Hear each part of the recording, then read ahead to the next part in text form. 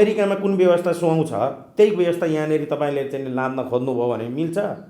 मिल्दैन क्या, कदापि मिल्दैन। राष्ट्र कमजोर हुन्छ। हामीले राष्ट्रलाई बलियो बनाउने चाहिँ के गरेको हो त भन्दा उपाय ल्याएको। कतिपयले चाहिँ के भन्छ नि, एउटै के भन्छ चाहिँ जातको एउटै चाहिँ उसबाट जन्मिने बित्तिकै राजा हुने, यो हुने, यस्तै कुरा बेलायतमा गएर गर्न सक्छौँ हामी? यस्तै कुरा साउदी अरबमा गएर गर्न सक्नुहुन्छ तपाईँ? यस्तै कुरा तपाईँ थाइल्यान्डमा गएर गर्न सक्नुहुन्छ? हो, राजाहरूबाट पनि केही गल्ती कमी कमजोरीहरू भएका छन्। शासन व्यवस्था गर्दै गर्दा गल्ती कमी कमजोरी पर्याप्त हुन्छ। तर राम्रो पक्षहरूलाई चाहिँ हेर्दै नहेर्ने, खालि नेगेटिभ चरित्रलाई मात्रै उदाङ्गो बनाइराख्ने। आज तपाईँ जे छौँ, हामी जे छौँ, नेपाल छ, त्यो त नेपालका राजाहरूले गरेर पनि भएको हो नि त। नेपाल भन्ने देश त त्यसै त फुत्तै निक्लेको देश होइन नि। आज भारत जे छ त्यो त गान्धीले गरेरै बनाएको हो नि त। आज भारत जसरी युनिफाइड भयो, अम्बेडकर, गान्धीहरूले, नेहरूले गरेरै बनेको हो नि। त्यो तपाईँ इतिहास भुल्न सक्नुहुन्छ? आज नेपाल जे छ त्यो त धर्मको कारणले, राज परम्पराको कारणले, सेनाको कारणले र नेपाली जनताको एकताको कारणले गर्दा नेपाल भन्ने देश भरेको हो नि त। त्यसलाई नै छिन्न भिन्न बनाउनुहुन्छ भनेदेखि त देश रहँदैन नि। अन्तमा सर, यो नेपालका लागि नेपाली पार्टीले वैदेशिक हस्तक्षेपलाई कसरी रोक्ने भन्ने एक ठोस चाहिँ धारणा के छ? सजिलो कुरा छ। तपाईँ जब कसैबाट परिचालित हुनुहुन्न, कसैको खानुभएको छैन, यही नेपालकै अन्नदाना खानुभएको छ भने अरूको कुरा मान्नै पर्दैन। खै हिजो राजा महेन्द्रले त्यो कुरा त कन्ट्रोल गरेर आउनुभएको थियो त। 46 भन्दा अगाडिसम्म त त्यो कुरा कन्ट्रोल थियो त। 46 पछाडि कसरी वात्तै आयो हेर्नुहोस् न। किनभने उतैको अन्न पानी खाएका मान्छेहरू, उतैतिर खोलिएका विचार र सिद्धान्तबाट चाहिँ आएका मान्छेहरूले के गरे त भन्दा विदेशीको हस्तक्षेपलाई रोक्नै सकेनन्। हिजो विदेशीको हस्तक्षेप रोक्ने त एउटा राज संस्था थियो नि त। नेताहरूलाई कति सजिलो थियो, राजा संस्थालाई देखाइदिँदा हुन्थ्यो नि। अनि यी दलाल, जसलाई दलाल भन्नुहुन्छ, जसलाई चाहिँ विदेशबाट मगाउने हस्तक्षेप स्वयं आफै होइन मगाउनेलाई के गर्नुहुन्छ त? तिनीहरू त मगाइराख्छन्, कारबाहीमा पर्छन् नि। उनीहरूलाई त कारबाहीमा राख्छौँ भनेको छ। कस्तो कारबाही? आजीवन कारावास हुन्छ, सर्वस्व हरण हुन्छ। त्यहाँभन्दा के कारबाही हुन्छ? मृत्युदण्डको कुरो समय सापेक्ष। हाम्रो नेपालमा त्यो त छैन। मृत्युदण्डको त समय सापेक्ष हुँदैन। हामीले विभिन्न अन्तर्राष्ट्रिय कानुनलाई पनि मान्नुपर्छ। तर सर्वस्व हरण गर्न सकिन्छ, आजीवन कारावास गर्न सकिन्छ। त्यो त हामीले भनेकै छौँ त। पृथ्वी जयन्तीको दिन राष्ट्रपति पनि सेम काम गर्नुभयो, पूर्व राजा पनि सेम काम गर्नुभयो। यसलाई कसरी हेर्नुहुन्छ? त्यो भनेको चाहिँ नि अब नेपालमा एउटा राम्रो सङ्केत हो। यो व्यवस्थाले अब धान्न सक्दैन। एउटा पुर्खाप्रतिको सम्मान जुन गरिएको छ त्यो कुरालाई पनि हेर्नुपर्छ। एउटा पुर्खाप्रतिको सम्मान, एउटा चाहिँ नि जनताहरूको चाहना, जनताहरू कुनै न कुनै रूपको राज संस्था नेपालमा चाहिँदो रहेछ भन्ने अवस्थामा पुगिसकेका छन्। तपाईँ आफै पत्रकार हुनुहुन्छ, एउटा सर्वेक्षण गरेर हेर्नु न। तपाईँले हरेक पसलमा कुद्नुहोस्, कहीँ जानुहोस्, राजनीतिक स्कुलिङभन्दा बाहिरको मान्छेलाई तपाईँले सोध्नुभयो भने उसले कुनै न कुनै प्रकारको राज चाहिँ नेपालमा हुनुपर्दो रहेछ, नेताहरूले नभए कुनै बेला देश बेच्दिँदा रहेछ। एउटा कुरा चाहिँ के त भन्दा राजाहरूका हजार अवगुण होला, तर उसले देश चाहिँ बेच्दैन। त्यति गुण चाहिँ छ नेपालको राज संस्थाको।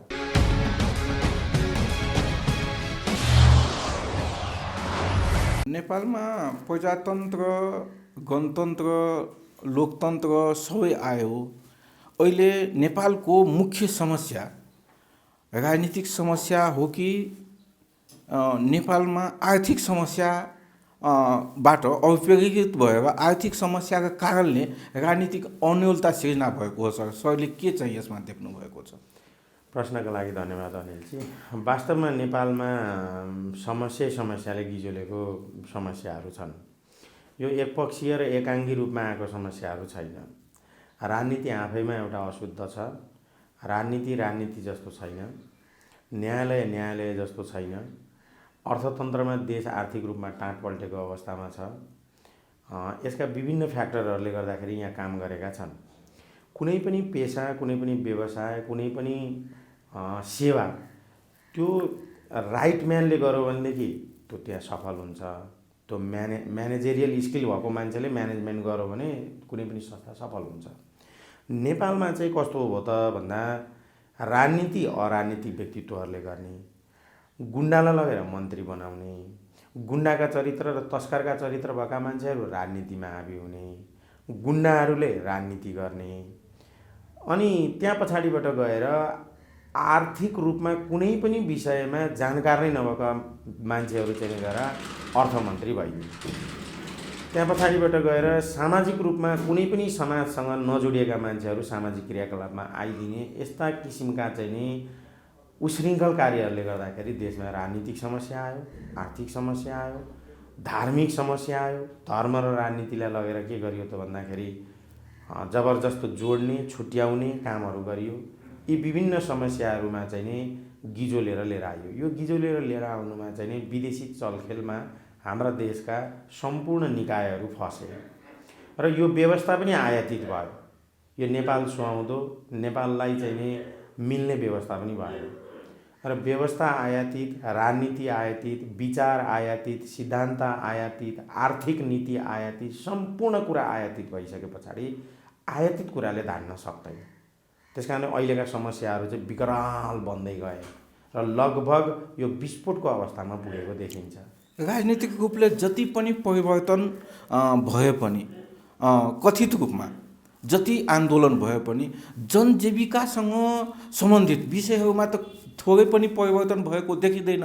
राज संस्था र गणतन्त्र यो दुई पाटालाई हेर्दाखेरि जनजीविका त झन् खस्किँदै गएको अवस्था छ नि सर। एक्ज्याक्टली, तपाईँले उठाउनु भएको प्रश्न एकदमै सान्दर्भिक छ। जनजीविकाको सवालमा नेपालमा थोरै कामहरू भए, नभएका होइनन्, थोरै कामहरू भए, तर जति हुनु पर्थ्यो भएन। जस्तै तपाईँले हेर्नुभयो भनेदेखि नेताहरूले आश्वासन बढी बाँडे, तर काम चाहिँ पटक्कै भएन। आश्वासन कस्तो बाँडियो त भन्दा जनतालाई जीवन निर्वाह गर्न गाह्रो छ। जनतालाई के को आश्वासन बाँडियो त भन्दा रेल ल्याइदिने, तेल ल्याइदिने, जहाज कुदाउने, मोनो रेल, मेट्रो रेल, यस्ता सपनाहरू देखाइए। तर जनताको चाहना चाहिँ के थियो त भन्दा बिहान बेलुकाको एक छाक थियो। जनता निःशुल्क रूपमा गुणस्तरीय शिक्षा प्राप्त गर्न चाहन्छ। जनता निःशुल्क रूपमा स्वास्थ्य चाहन्छ। जनता हाँसी खुसी जिउन चाहन्छ। ऊ कहीँ न कहीँ देशमै रोजगार बन्न चाहन्छ। तर हाम्रो नेताहरूले चाहिँ ती विषयहरूमा, हाम्रो राजनीतिले ती विषयहरूमा छलफलै नगरिकन एक्कासी ठुला ठुला कुराहरू ताक्न थालियो र जसले गर्दाखेरि आज राजनीति नै असफल भयो।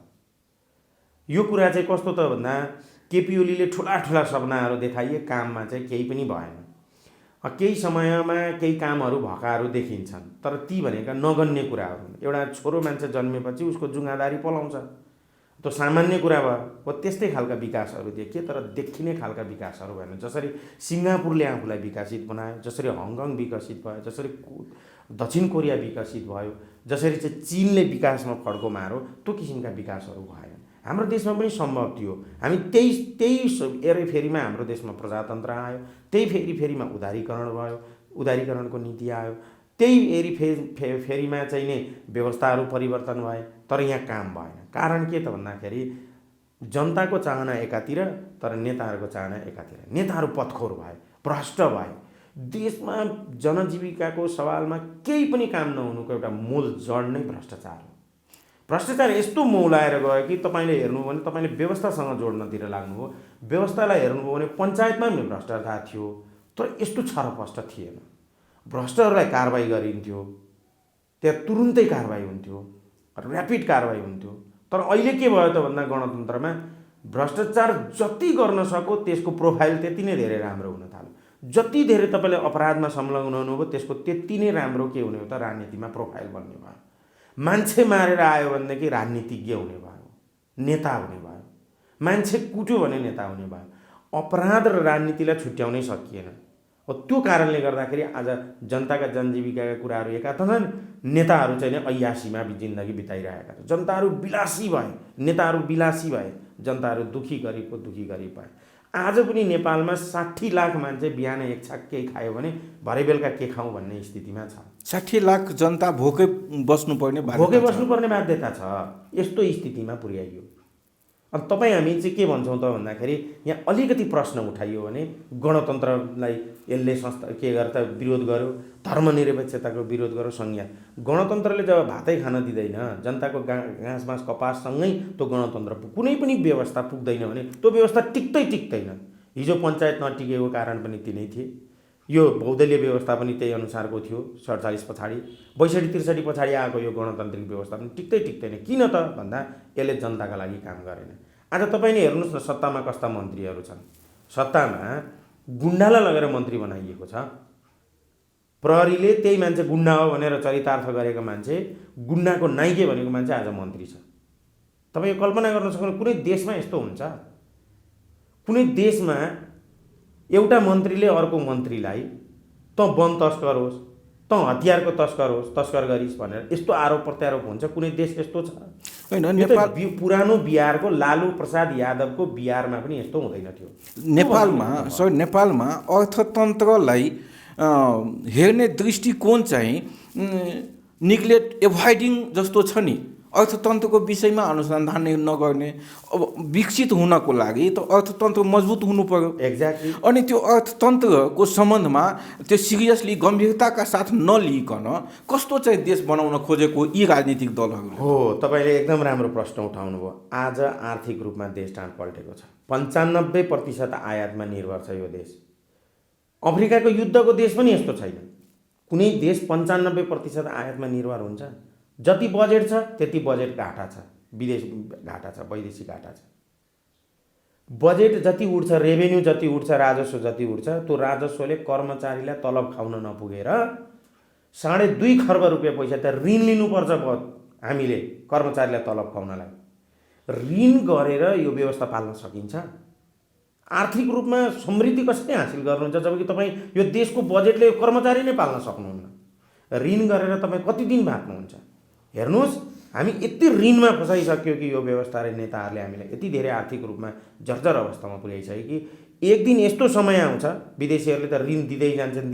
श्रीलङ्का जसरी टाँट पल्टेको अवस्था छ त्यस्तै बनाइदिन्छ। ऋणको ब्याजको त कुरै, साउको त कुरै छैन, ब्याज पनि तिर्न नसक्ने अवस्थामा पुग्छौँ हामी। त्यति ऋण थोपरिन्छ। यस्तो उपनिवेश भइसक्यो। यही विषयमा केन्द्रित हुने कुनै राजनीतिक दल, त्यस्तो कुनै राजनीतिक पार्टी सरले देख्नु भएको छ? त्यस्तो विषयमा केन्द्रित भएर काम गरेको हामीले अहिले छ। हामी योजनाबद्ध तरिकाले आएका छौँ। देशको आर्थिक स्थितिलाई कसरी उन्नति उन्मुख बनाउने, देशमा भएका उद्योग कल कारखानाहरूलाई कसरी खोल्ने, रोजगारीको सिर्जना कसरी गर्ने, हामी एउटा कम्प्लिट योजना अनुसार आएका छौँ। नेपालका लागि नेपाली पार्टी, जसले एउटा योजनासहित पार्टीको रूपमा रूपान्तरित भएको छ। हामीले आर्थिक समृद्धिका लागि के गर्ने हामीले एउटा खाका बनाएको छौँ। अपराधलाई कसरी नियन्त्रण गर्ने, विदेशी लगानीलाई कसरी भित्र्याउने, भ्रष्टाचारलाई कसरी नियन्त्रण गर्ने। देशको सबैभन्दा ठुलो समस्या भ्रष्टाचार हो।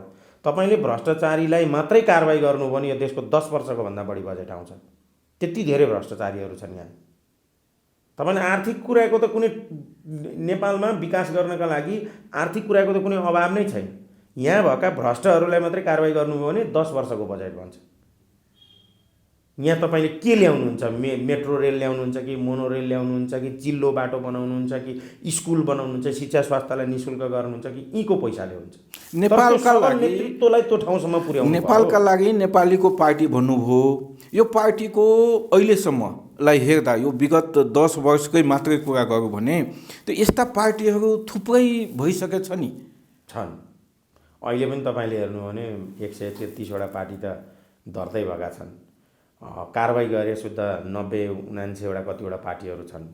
त्यत्रा धेरै पार्टी हुँदाहुँदै पनि हामीले किन पार्टी खोल्नु पर्यो भन्दाखेरि राजनीतिलाई सही ट्र्याकमा ल्याउनलाई, राष्ट्रियतालाई मजबुत बनाउनका लागि, भ्रष्टाचारीहरूलाई कारबाही गर्नका लागि, सामाजिक न्यायको प्रत्याभूति गराउनका लागि र न्यायपालिकामा भएको जुन भ्रष्ट चरित्र छ न्यायपालिकालाई पुरा सुधार गर्नका लागि हामी आउनु पर्यो। हामीले 5वटा मूलभूत कुरा राखेका छौँ। 5वटा मूलभूत कुरा राखेका छौँ। त्यो भनेको राष्ट्रियताको जगेर्ना कसरी गर्ने, राष्ट्रियताको जगेर्ना कसरी हुन्छ।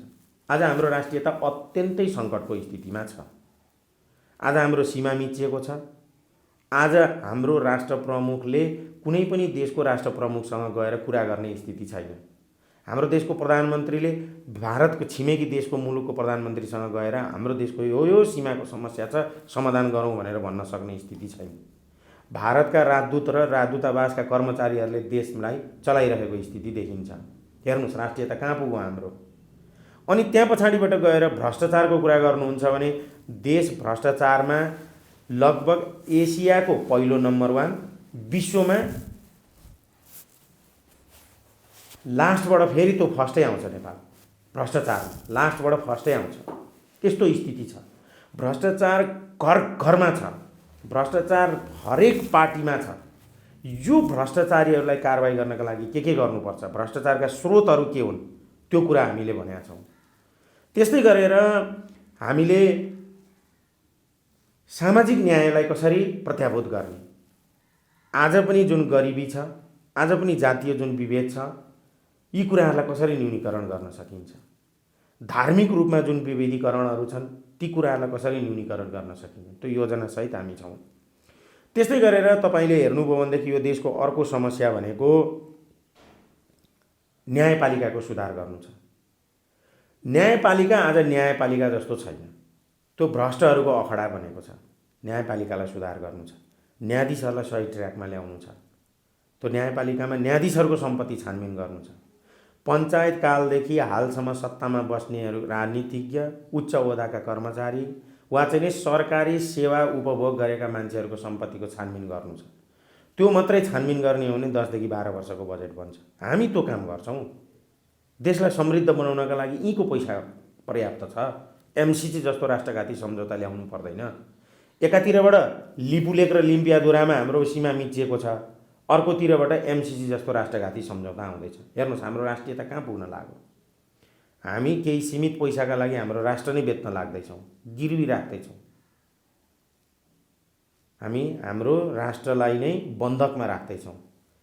त्यहाँ पछाडिबाट गएर तपाईँले हेर्नु भने राजनीति शुद्धिकरण गर्नु छ।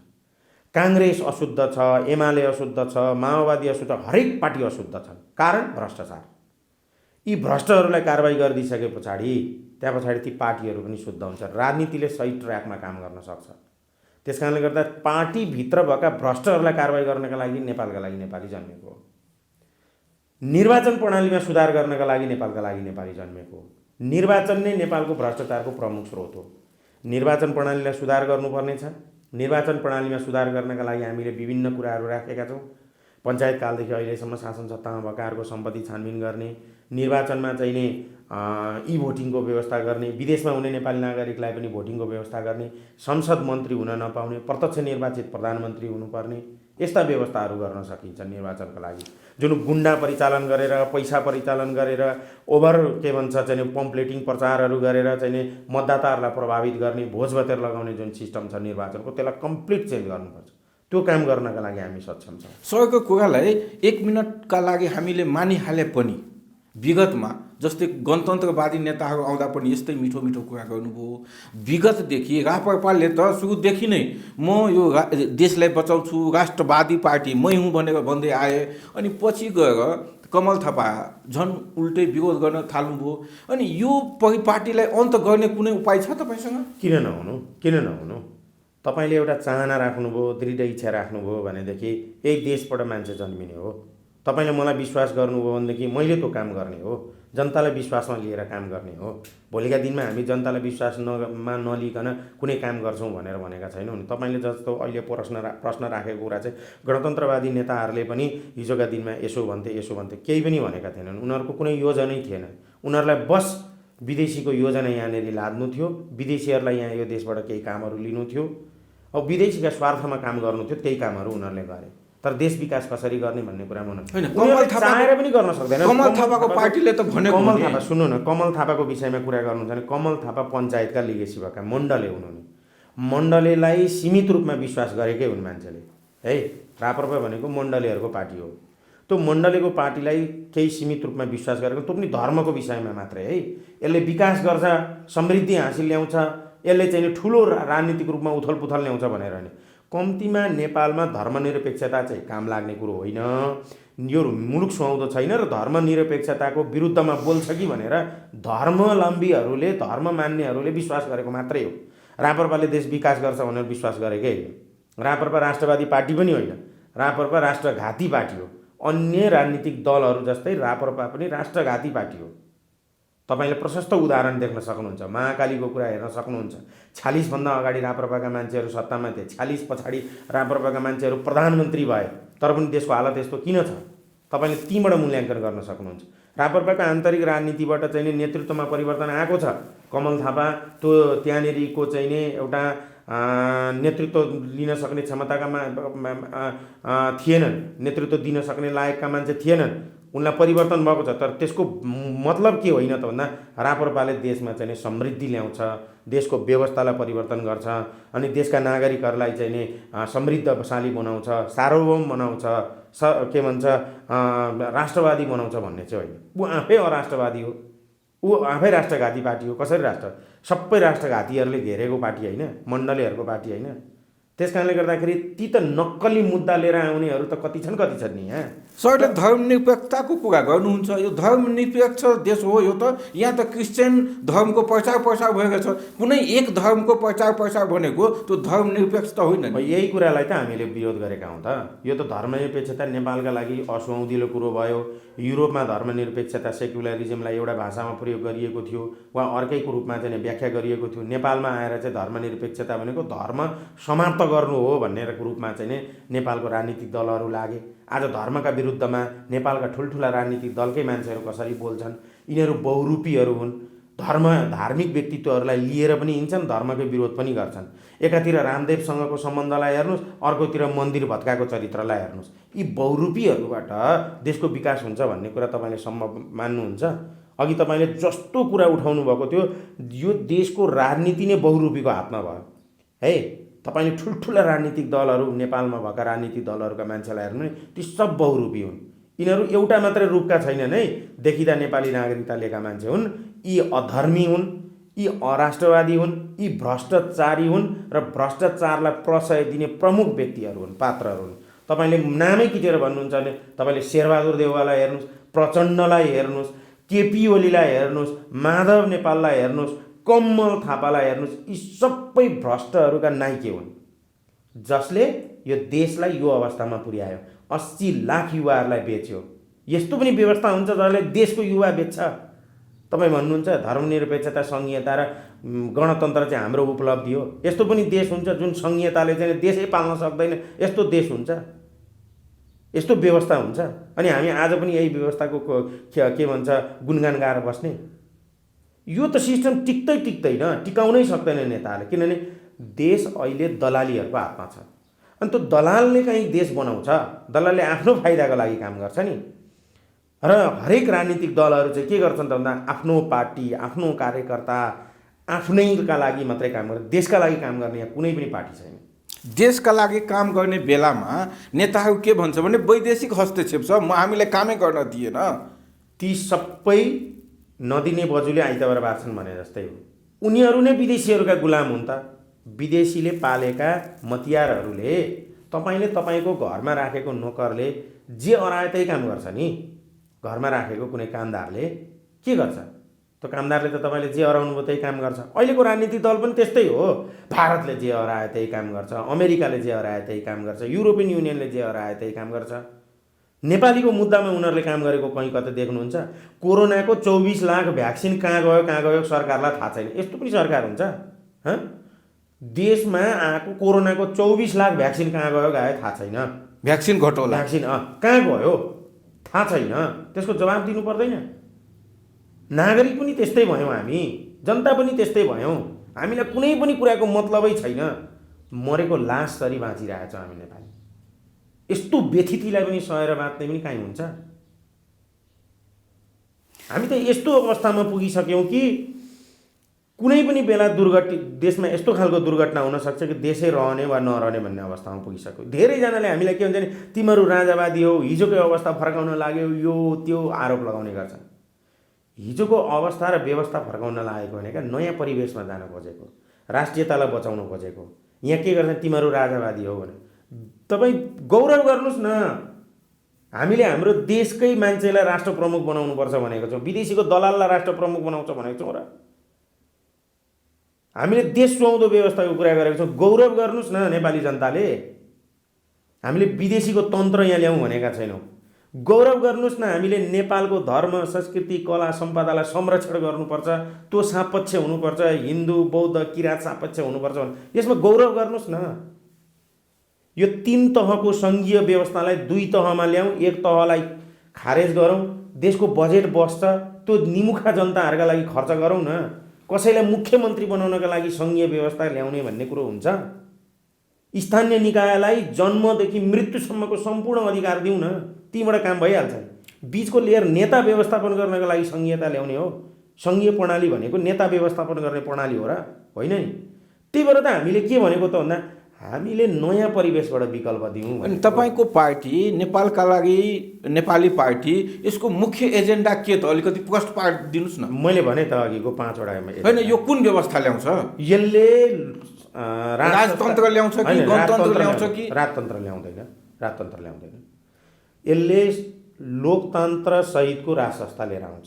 राजसंस्था कस्तो चरित्रको लिएर आउँछ त भन्दा संसदीय मर्यादाभित्र बस्ने, संसदले नै राजाको उत्तराधिकारी छान्ने। त्यो राजा राष्ट्र प्रमुखको अधिकार के रहन्छ त भन्दा मुलुकको परराष्ट्र नीतिसँग सम्बन्धित सम्पूर्ण अधिकारले उसले प्रयोग गर्छ। त्यो राष्ट्र प्रमुखले धर्म संस्कृतिको रक्षा गर्छ। सम्पूर्ण जात जाति भाषा धर्म संस्कृतिको एकताको प्रतीक भएर बस्छ। त्यो राष्ट्र प्रमुखले देशका सन्धि र सम्झौताहरू जे हुन लागेका छन् त्यसको अन्तिम निर्णय गर्ने अधिकार राख्छ। अहिलेको राष्ट्र प्रमुखलाई हेर्नु हो भने अहिलेको राष्ट्र प्रमुख कस्तो चरित्रको? दलको प्रतिनिधि, हिजोसम्म दलको क्याडर्स। उसले देशका लागि काम गर्छ कि पार्टीका लागि काम गर्छ? हिजो केपी ओलीले जे काम गर्दाखेरि पनि रातारात काम गर्ने राष्ट्रपति, यस्तो खालको राष्ट्रपति हामीले चाहेको हो होइन।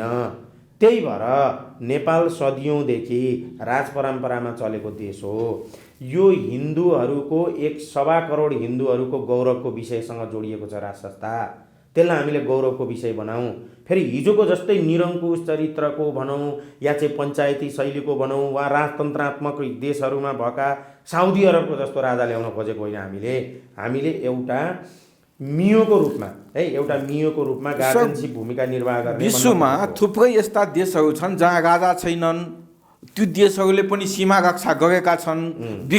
विकासशील देश छन्, विकसित भएका छन्। अनि त्यो राजा ल्याएरै राज संस्था ल्याएरै मात्रै देश विकास हुन्छ भने छैन, धर्मको रक्षा हुन्छ भने छैन। हुँदैन। भारत त बिना राजाकै त्यत्रो चाहिँ सीमा रक्षा गरेको छ। तपाईँलाई म यस्तो भन्छु, भारत भनेको छुट्टै परिवेशले बनेको देश हो है। भारत भनेको इन्डिया भनेको छुट्टै परिवेशले बनेको देश हो। त्यहाँ थुप्रै राजा रजौटाहरू थिए, थुप्रै देशहरूलाई मिलाएर एउटा देश बनाएको हो। नेपाल त्यस्तो परिवेशले बनेको देश छैन। नेपाल पहिलेदेखि नै राज परम्परा र राजाहरूले नै मिलेर बनाएको देश हो। राजा जनता र सेना मिलेर बनाएको देश हो। त्यहाँ गणतन्त्र आवश्यक थियो, किनभने त्यहाँनिर कसैलाई राजा बनाउनु त उपयुक्तै थिएन। कसलाई राजा बनाउने? त्यहाँ राजै छैन त कसलाई बनाउने? सम्पूर्ण भारतमा राजा भएको कोही थियो त? लिगेसी थियो त? थिएन नि त। कसलाई बनाउने? अमेरिकामा राजै छैन त कसलाई बनाउने? त्यहाँ राष्ट्रपतिकै व्यवस्था। तर बेलायतमा हेर्नुहोस्, बेलायतको उदाहरण दिनुहोस् न तपाईँ। किन भारतको उदाहरण दिनुहुन्छ? नर्वेको उदाहरण दिनुहोस् न, थाइल्यान्डको उदाहरण दिनुहोस् न, जापानको उदाहरण दिनुहोस् न, साउदी अरबको उदाहरण दिनुहोस् न, कतारको उदाहरण दिनुहोस् न, ब्रुनाईको उदाहरण दिनुहोस् न। तपाईँ यस्ता देशहरू जो चाहिँ विकसित छन्, राजासहित भएका देशहरू जहाँ चाहिँ राष्ट्रियता पनि डह्रो छ, तिनीहरूका चाहिँ उदाहरण दिनुहुन्न। तपाईँ चाहिँ कवाडी कुराहरू बोकेर हिँड्ने, विदेशमा हस्तक्षेप गर्ने, अर्काको देशमा हस्तक्षेप गर्ने, नीति लिने त्यस्ता देशहरूको कुरा गर्नुहुन्छ। होइन, हाम्रो छिमेकी राष्ट्र चीनका भाग छ नि। अनि चीनमा त एउटा राज परम्परै थिएन त, उनीहरूले त्यो व्यवस्थाबाट टाढा गइसके त। चीनको परिवेश अर्कै हो, नेपालको परिवेश अर्कै हो, अनि भारतको परिवेश अर्कै हो। सगरमाथामा गर्मी जाडो छ, हिउँ परेको छ भनेर तर तपाईँ तराईको सिरामा सिर कोड्न थाल्नुभयो भने के हुन्छ? उहाँ त सगरमाथामा हिउँ परिरहेको छ, त्यही भएर म सिरामा चाहिँ वैशाखमा सिर कोडेर बसिरहेको छु भन्नुभयो भने त्यो कुरा मिल्छ? अमेरिकामा कुन व्यवस्था सुहाउँछ त्यही व्यवस्था यहाँनिर तपाईँले चाहिँ लाद्न खोज्नुभयो भने मिल्छ? मिल्दैन क्या, कदापि मिल्दैन। राष्ट्र कमजोर हुन्छ। हामीले राष्ट्रलाई बलियो बनाउने चाहिँ के गरेको हो त भन्दा उपाय ल्याएको।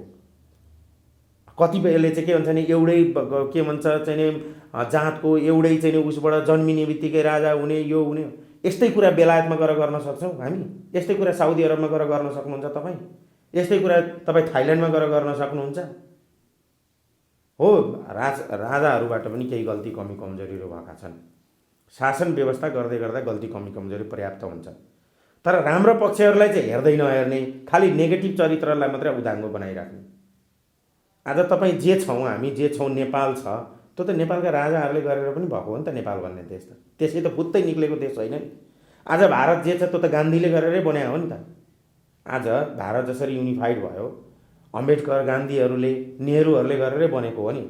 त्यो तपाईँ इतिहास भुल्न सक्नुहुन्छ?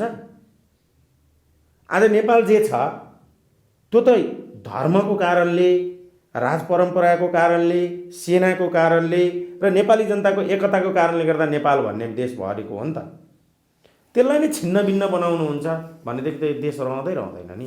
अन्तमा सर, यो नेपालका लागि नेपाली पार्टीले वैदेशिक हस्तक्षेपलाई कसरी रोक्ने भन्ने एक ठोस चाहिँ धारणा के छ? सजिलो कुरा छ।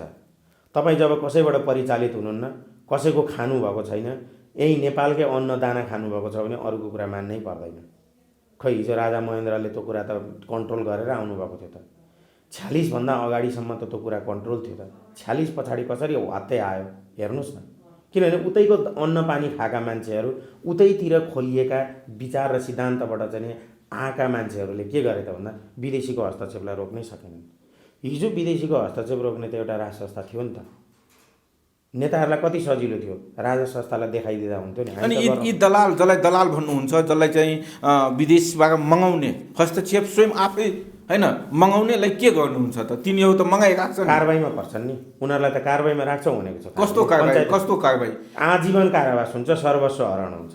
त्यहाँभन्दा के कारबाही हुन्छ? मृत्युदण्डको कुरो समय सापेक्ष। हाम्रो नेपालमा त्यो त छैन। मृत्युदण्डको त समय सापेक्ष हुँदैन। हामीले विभिन्न अन्तर्राष्ट्रिय कानुनलाई पनि मान्नुपर्छ। तर सर्वस्व हरण गर्न सकिन्छ, आजीवन कारावास गर्न सकिन्छ। त्यो त हामीले भनेकै छौँ त। पृथ्वी जयन्तीको दिन राष्ट्रपति पनि सेम काम गर्नुभयो, पूर्व राजा पनि सेम काम गर्नुभयो। यसलाई कसरी हेर्नुहुन्छ? त्यो भनेको चाहिँ नि अब नेपालमा एउटा राम्रो सङ्केत हो। यो व्यवस्थाले अब धान्न सक्दैन। एउटा पुर्खाप्रतिको सम्मान जुन गरिएको छ त्यो कुरालाई पनि हेर्नुपर्छ। एउटा पुर्खाप्रतिको सम्मान, एउटा चाहिँ नि जनताहरूको चाहना, जनताहरू कुनै न कुनै रूपको राज संस्था नेपालमा चाहिँदो रहेछ भन्ने अवस्थामा पुगिसकेका छन्। तपाईँ आफै पत्रकार हुनुहुन्छ, एउटा सर्वेक्षण गरेर हेर्नु न। तपाईँले हरेक पसलमा कुद्नुहोस्, कहीँ जानुहोस्, राजनीतिक स्कुलिङभन्दा बाहिरको मान्छेलाई तपाईँले सोध्नुभयो भने उसले कुनै न कुनै प्रकारको राज चाहिँ नेपालमा हुनुपर्दो रहेछ। नेताहरूले नभए कुनै बेला देश बेच्दिँदा रहेछ। एउटा कुरा चाहिँ के त भन्दा राजाहरूका हजार अवगुण होला, तर उसले देश चाहिँ बेच्दैन। त्यति गुण चाहिँ छ नेपालको राज संस्थाको। अब तर अहिलेको राष्ट्रपतिलाई त एउटा अध्यादेश लगेर दिनुभयो भने देश बेच्ने, त्यसमै सिङ्गे। अबको आगामी कार्य संक्षिप्तमा केही कार्यक्रम त्यस्तो छ भने? अबको कार्यक्रम भनेको हामी अब छिट्टै आन्दोलनमा जाँदैछौँ। त्यो आन्दोलन भनेको निर्वाचन प्रणालीको सुधारका लागि हुँदैछ, भ्रष्टाचारीको अन्त्यको लागि हुँदैछ। त्यो आन्दोलन भनेको राष्ट्रियताको जगेर्नाका लागि हुँदैछ। त्यो आन्दोलन भनेको राजनीतिक शुद्धिकरणका लागि हुँदैछ। त्यो आन्दोलन भनेको सामाजिक न्यायका लागि हुँदैछ। र त्यो आन्दोलन भनेको न्यायपालिकामा भएको भ्रष्टाचारलाई चाहिँ पुरै रूपमा चाहिँ न्यायपालिकालाई न्यायपालिका जस्तो बनाउने आन्दोलन हुनेछ। मेरो आह्वान चाहिँ के छ भने नेपाली जनताहरूलाई, जसले चाहिँ नि पार्टीलाई अझै पनि पक्रेर बसिराख्नु भएको छ, के अझै पनि तपाईँहरूलाई लाग्छ नेपालमा काङ्ग्रेस, एमाले, माओवादी, राप्रपा लगायतका पार्टीहरूले देशको विकास गर्छन्? के यत्र विकराल समस्याहरूलाई यिनीहरूले समाधान गर्न सक्छन्? के सीमाका समस्याहरू समाधान गर्न सक्लान्? के तपाईँ हाम्रा युवाहरू जो चाहिँ नि विदेशमा बेचिएका छन्, 45-50 डिग्रीको तातो घाममा चाहिँ नि आफ्नो भाग्य र भविष्य खोजिराखेका छन्, जो हाम्रा युवतीहरू हुन्, चेलीबेटी दिदीबहिनीहरू हुन्, जो चाहिँ नि विदेशमा बलात्कृत भएर बस्नुपर्ने अवस्थामा छन्, यस्तो अवस्थाबाट चाहिँ पार लगाउलान् जस्तो लाग्छ? यी त पार लगाउने खालका मान्छे होइनन्। तपाईँ हामी कति झुक्किनेको पनि एउटा सीमा हुन्छ नि त। तपाईँ हामीले कति यी दलहरूलाई पालेर राख्ने, तपाईँ हामीले कति यी राक्षसी शैलीका देश बेच्ने दलालहरूलाई पालेर बस्ने? अब त जनताले सोच्नुपर्छ नि। होइन यही शेरबहादुर, यही केपी ओली, यिनै प्रचण्डजीहरू अनि यस्तै मान्छेहरूलाई नै उहाँहरू ल्याउन चाहनुहुन्छ भनेदेखि हाम्रो भन्नु के छ? जनताले भोग्छन्। तर यसबाट पार लाग्ने हो, वास्तवमा एउटा विकल्प खोज्नुपर्छ भन्ने जनताले महसुस गर्नुपर्छ। र विकल्पसहित बनेर आएको र एउटा चाहिँ नि देशका लागि काम गर्न सक्ने राष्ट्रवादी व्यक्तित्वहरूलाई छान्ने काममा गल्ती गर्नुभयो भने देश त लगभग अन्तिम अवस्थामा घिटघिटो अवस्थामा पुर्याइसकेको छ। त्यस कारणले गर्दाखेरि अब हाम्रो कार्यक्रम भनेको आन्दोलन हो। अब हामी छिट्टै आन्दोलनको घोषणा गर्दैछौँ। हामी आन्दोलनमा जान्छौँ र त्यो आन्दोलनले नेपाली जनताको जनजीविकाको कुरालाई पनि सम्बोधन गर्छ राष्ट्रियताको कुरालाई पनि सम्बोधन गर्छ, भ्रष्टाचारका कुराहरूलाई पनि सम्बोधन गर्छ। त्यहाँ पछाडिबाट गएर न्यायपालिकाको समस्यालाई पनि सम्बोधन, कुनै पनि राजनीतिक दलले यो कुरै गर्दैनन्। कुनै पनि राजनीतिक दल, उसलाई राष्ट्रियता जेसुकै होस् मतलब नै छैन, उसलाई भ्रष्टाचार जतिसुकै बढोस् मतलब नै छैन, उसलाई जतिसुकै राजनीति दुर्गन्धित होस्, गुन्डागर्दी होस्, अपराधीकरण होस् राजनीतिमा उसलाई मतलब छैन। न्यायपालिकामा जेसुकै भाँड भैलो होस्, न्यायाधीशले जति घुस खाउन् उसलाई मतलब नै छैन। यस्ता राजनीतिक दलहरूबाट अब कति दिन हामीले ए बुवासाहरूलाई पाल्ने? त्यही भएर नेपाली जनताले अब बुझ्नुपर्छ, आन्दोलित हुनुपर्छ, सडकमा निस्किनुपर्छ र यस्ता दुर्गति हाम्रो अवस्था, हाम्रा छोरा नाति, हाम्रा चेलीबेटी बेच्ने यस्ता शासकहरूलाई चाहिँ नि तुरुन्तै फ्याल्नुपर्छ। हाम्रो भावी कार्यक्रम यही हो। हामी छिटै आन्दोलनमा जान्छौँ। हस् त सर, यहाँ समय दिनुभएकोलाई बहुत बहुत धन्यवाद। हस्, धन्यवाद।